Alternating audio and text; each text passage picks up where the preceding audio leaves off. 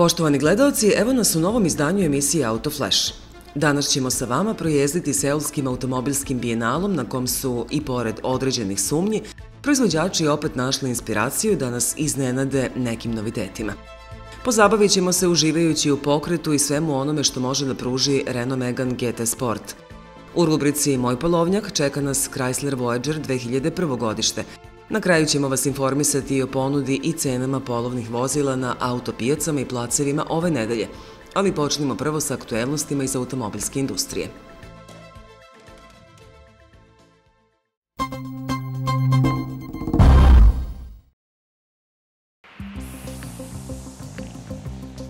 U Torontu je objavljena lista 5 finalista prve godišnje nagrade za kanadski zeleni automobil. Finaliste su izabrali eksperti, članovi Kanadske asocijacije automobilskih novinara i to u širokoj paleti konkurenata na polju naprednih ekoloških vozila koje su prijavili njihovi proizvođači. Tako su se u konkurenciji za najbolje kanadsko zeleno vozilo našli Ford C-Max Energy, Ford Fusion Hybrid, Hyundai Sonata Hybrid, Mazda 3 i Volkswagen Jetta Turbocharged Hybrid.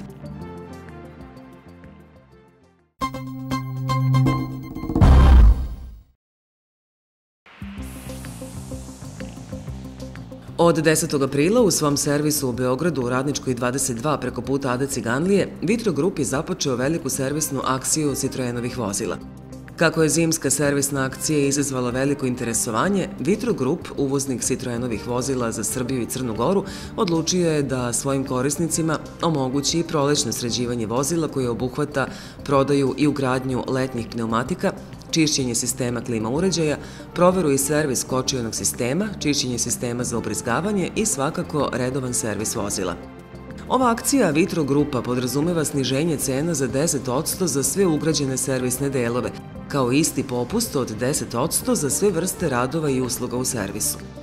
Prolećna servisna akcija biće aktuelna sve do 15. maja, a sajamska akcija prodaje novih modela Citroena po posebnim uslovima nastavit će se do kraja aprila, pa tako Citroen C Elize, koji je upravo doživeo premijeru na našem tržištu, u ovoj akciji košta 9.980 evra, Citroen C3 već od 9.956 evra, C4 od 12.521 evro, a u okviru date produžene sajamske akcije ponuđeni su i modeli iz Premium DS linije, pa DS3 ima cenu već od 12.711 evra.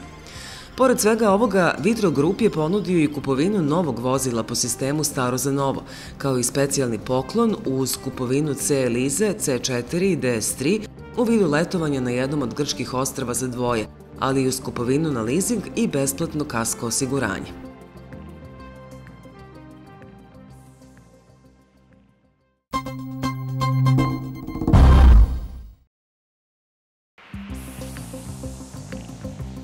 Zvanično vozilo 26. Beogradskog maratona koji se održava 21. aprila biće Fiat 500L Nacionale, koji će biti prisutan na samoj trci, ali će predstavljati i poseban izazov za potencijalne nove rekordere, koji će ga osvojiti kao nagradu za postavljanje novog rekorda. Fiat 500L Nacionale je pravljen specijalno za naše tržište. Imali smo prilike da se bliže upoznamo sa njim na nedavno održanom sajmu automobila u Beogradu, kada je i zbog posebnih uslova kupovine izazvao brojne polemike.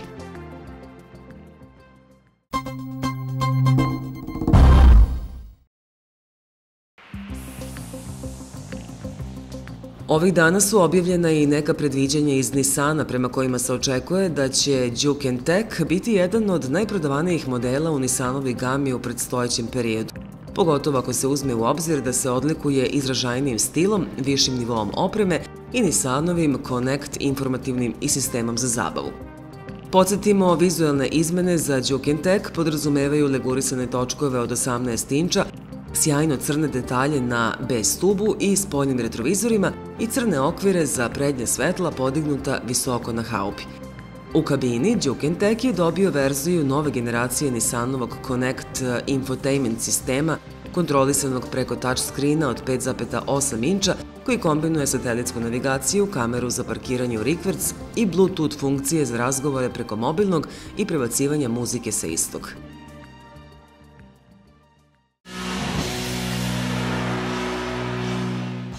Ako mislite da udobnost može pružiti više, da prostranost može biti još veća, a sigurnost garantovana godinama unapred, onda mislimo da vama treba novi i30. Šta vi mislite? Nova generacija i30. Mislite da poznajete Hyundai? Razmislite ponovo.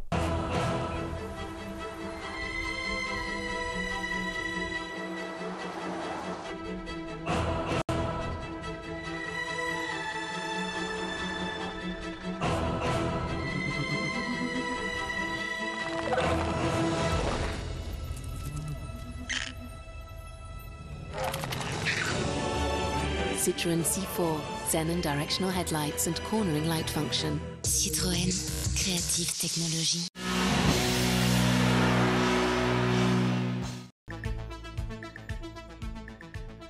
Emisiju nastavljamo uživajući ponovo u novajlijama i inovacijama koje su ovaj put proizvođači predstavili na seulskom salonu automobila. Vozit ćemo se modernim i žustrim Renault Meganom GT Sport. U rubrici Moj polovnjak saznaćemo zašto treba porazmisliti i o Chryslerovom Voyageru 2001. godište, a na kraju nas čeka i ponuda i cene polovnih vozila za ovu nedelju.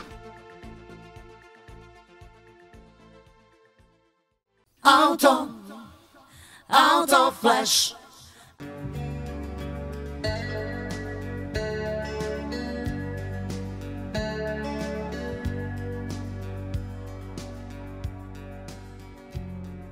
Od 28. marta pa sve do 7. aprila, potpuno pomračen slavom njujorškog sajma automobila sa čijim smo vas premijerama upoznali u prošloj emisiji, održavao se seulski motor show u Kintex centru u Gojangu. Su vozila koja gutaju benzin, ekološki električni automobili i poneki čudni, ali hrabri pokušaj vozila koje objedinjuju i jedno i drugo, sve to se šepurilo sa štandova na Bijenalu u Seulu u Koreji. Proizvođači automobila, uključujući Hyundai, Toyota, General Motors, Volkswagen i Ford, su, pored ostalih, uzeli učešće u ovom desetodnevnom događaju sa 9 modela koji su ovde imali svoju svetsku premijeru. Iako vozilo prikazano ovde u Seulu nije poslednja verzija Lexusovog LF-LC konceptualnog kupea, poslednje je prikazano u Sidneju prošle godine, ovaj model se izdvajao svojom zadivljujućim pojavom, posebno u moru srebrnih i sivih metalika automobila na Lexusovom štandu. Konceptualni hibrid sa pogonom na zadnje točkove i bogato upotrebljenim staklenim površinama, LF-LC dokazuje da je Lexus pravi vođa u sferi inovacija, tehnologije i performansi. Južnokorejski Bijenale je svojim prisustvom počastvovao i Volvo S60. Kia Carens je pak bila jedna od zvezda na Kiinom štandu u Seulu, pošto je ovo kompaktno višenamensko vozilo tek lansirano na tržištu u Koreji, zajedno sa Cup konceptom. Da li ime koje znači žutohljunac treba da nam govori nešto? U svakom slučaju, Carens je ponuđen u verziji sa 5 i 7 sedišta. I mada deluje kompaktno, on ima prilično dugo međuosovinsko rastojanje od 2750 mm. Za evropsko tržište su ponuđena 4 motora, 2 benzinske i 2 dizel jedinice.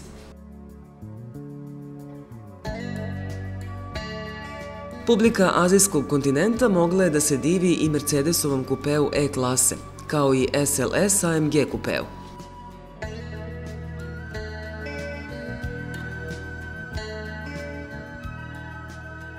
Jedan od automobila koji su zauzimali centralno mesto na Chevroletovom izložbenom prostoru na ovom sajmu bio je Chevrolet Spark EV i ovo je njegovo prvo sajamsko pojavljivanje u zemlji u kojoj će se proizvoditi, jer upravo ovog meseca kreće njegova proizvodnja u Južnoj Koreji.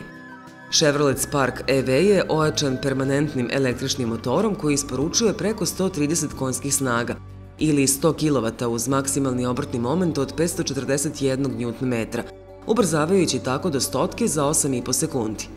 Iako još nije objavljeno, očekuje se da će biti sposoban da sa jednim punjenjem baterije pređe od 160 do 200 km.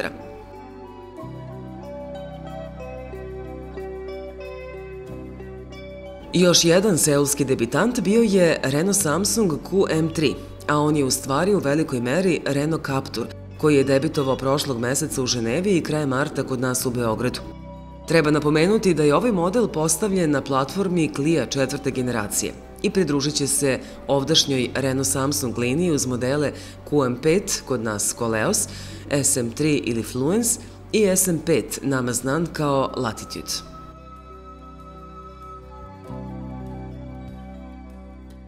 Kako je i obećano, Hyundai HND9 imao je svoj debi na seulskom salonu automobila.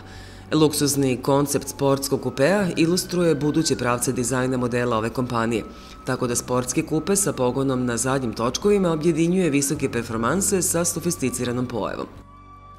Vozilo ima ukupnu dužinu od 4,69 metara, širinu 1,89 i visinu od 1,34 metra sa međuosovenskim rastojanjem od 2,86 metara. Drugim rečima, on je dugačak, širok i nizak, sa vratima poput krila leptira koje upotpunjuje efekat. I mada nije preterano bitno što se tiče koncepta napravljenog da oslika dizajn, HND9 ojačan je turbo GDI motorom zapremine 3,3 litra.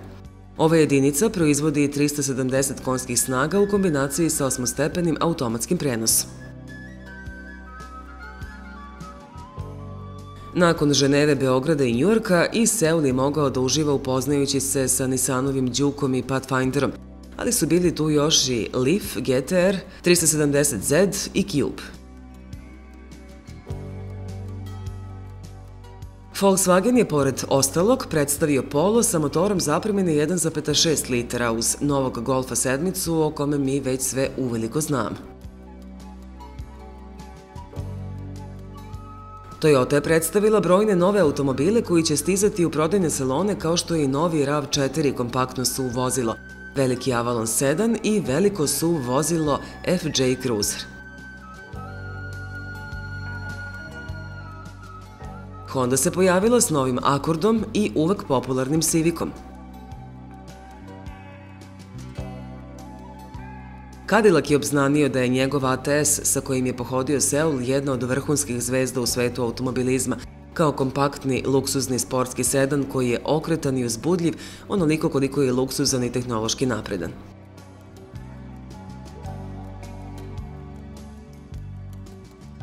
Korejski proizvođač SsangYong u vlasništvu indijske Mahindra iskoristio je sajam u Seulu da promoviše svoju limuzinu Chairman V Summit.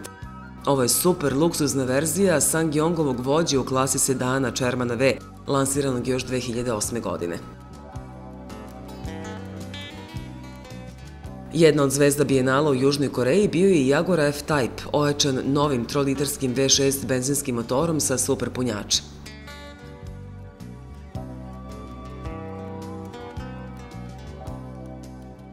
Ipak, najveću pažnju privuklo je predstavljanje prvog korejskog ručno rađenog superautomobila, Spirak Regita.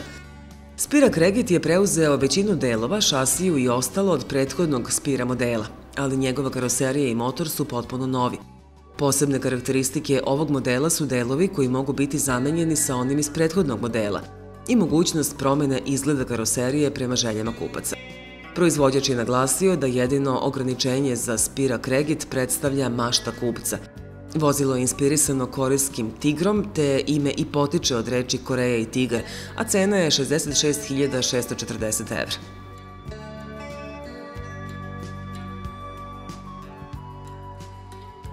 Najboljim zelenim automobilom na seulskom sajmu proglašen je BMW i8, koji, kao što već znamo, do stotke ubrzava za nešto ispod 5 sekundi, uporedo trošeći na 100 km samo 2,7 litara goriva.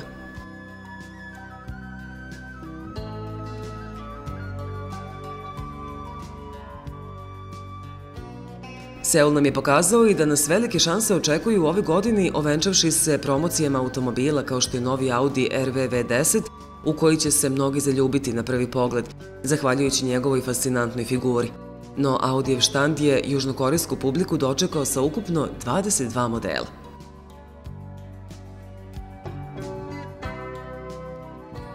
Mogao se videti i Cayman S, koji je izrastao i popunio se baš na pravim mestima i napokon izašao iz senke Porschea 911.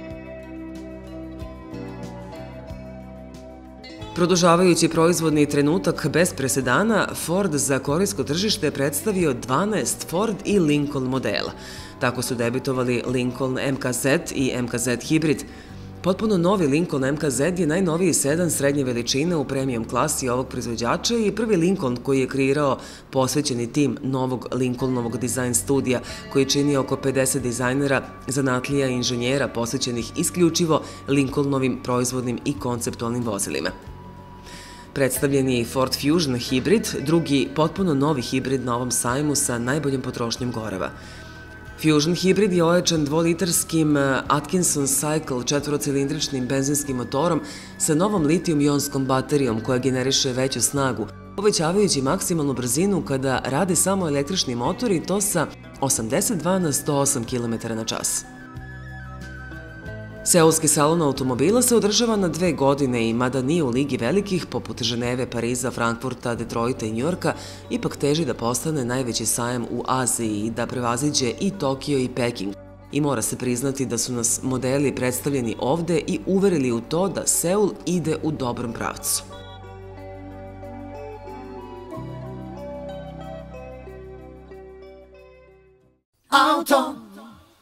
Auto Flash.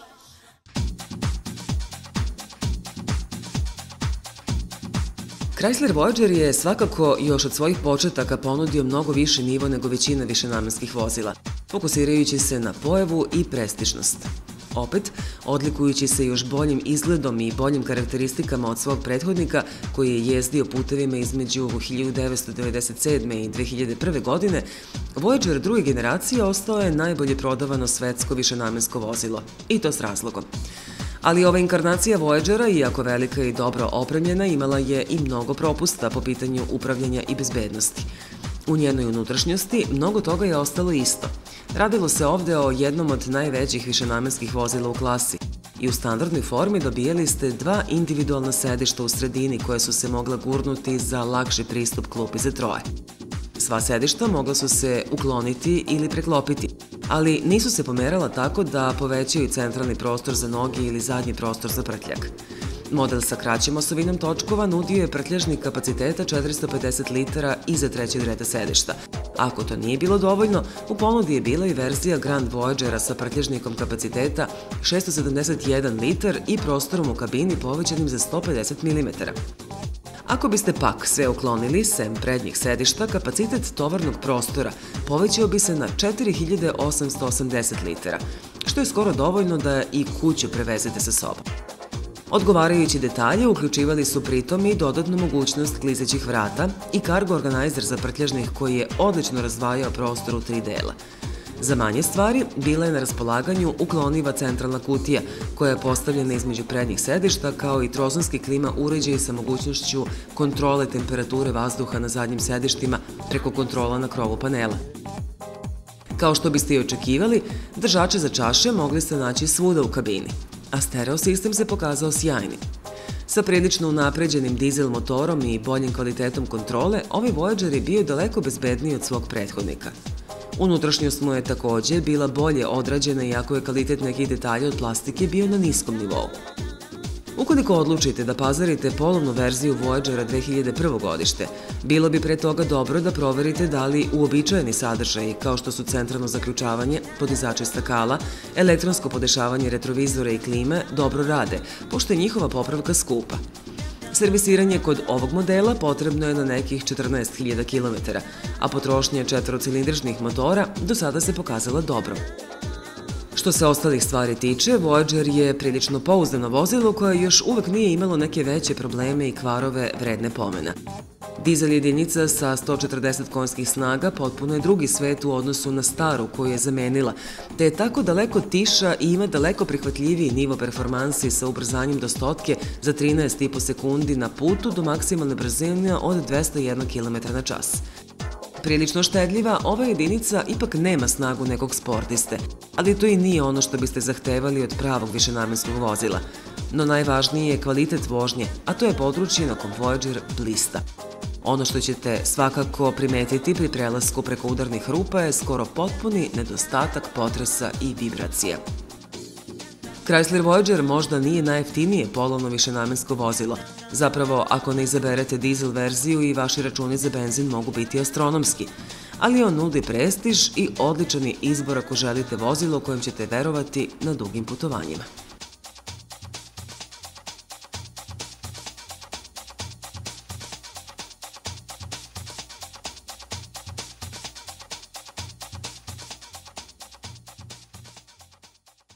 Auto Flash.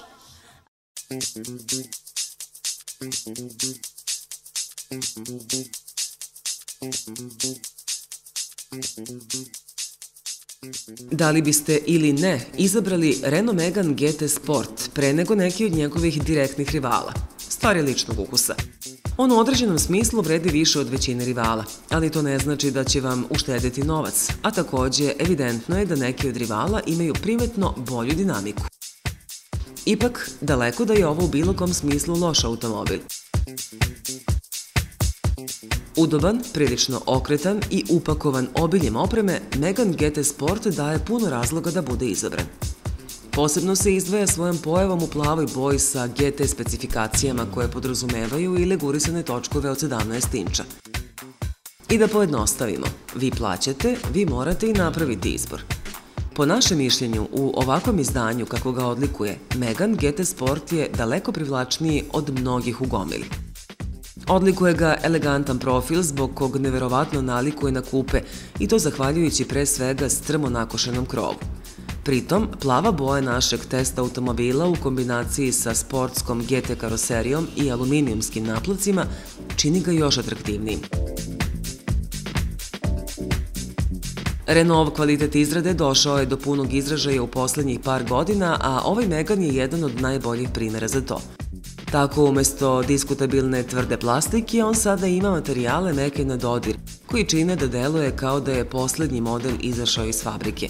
I možda nije još na nivou nekih konkurentskih iste klase, ali svakako da im je za petama. Kod ovog modela zasigurno možete očekivati uobičajene zanimljivosti kojima može da se podiči francuski proizvođač, kao što su digitalni brzinometar ili kartica za otključavanje i startovanje motora. Satelitsko-navigacioni sistem TomTom, postavljen na vrhu instrument panela, je koristan dodatak. Međutim, kontrole su mu postavljene na središnjoj konzoli iza ručice menjača, što može biti zbunjujuće za svakog kome je ovo novina u automobilu. Renault je upravljač ovde napravio efikasnijim nego kod prethodnog Sport Tourer modela, pa je sada on osetljiv na preduzete akcije i čini vozilo okretnijim. Možda nije najkomunikativniji među ostalim istim sistemima, ali povratni odgovor mu je zadovoljavajući. Proklizavanje ovog modela se lako obuzdava, pa je zato i vrlo mek u pokretu i pored toga što bi se moglo reći da nije ispoliran u tom smislu do standarda koje postavljaju neki od rivala, kao što je na primer Golf. Privlačnog izgleda, 17-inčni naplaci pak čine da se njihovo prisustvo da osetiti na udarnim rupama i izlokanim površinama puta. Naš Renault Megane Grand Tour Sport došao nam je sa vodećim u gami dvolitarskim DCi turbodizel motorom koji proizvodi 158 konjskih snaga, britkog ubrzavanja do stotke za 8,8 sekundi, što apsolutno nije loše za jednu karavan verziju. Šestostepeni manuelni menjač pa glatko prelazi iz brzine u brzinu i pruža malo bolji osjećaj u odnosu na druge potencijalne suparnike.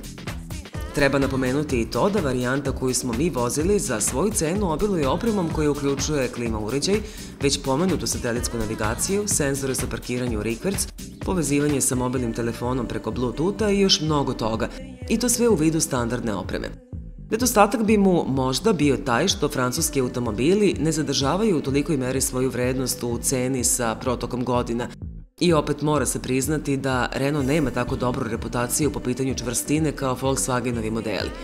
Ipak, njegova prednost u tom smislu je što je po pitanju bezbednosti dobro ocenjen, a na kupcu ostaje da odluči šta je ono što je njemu bitnije.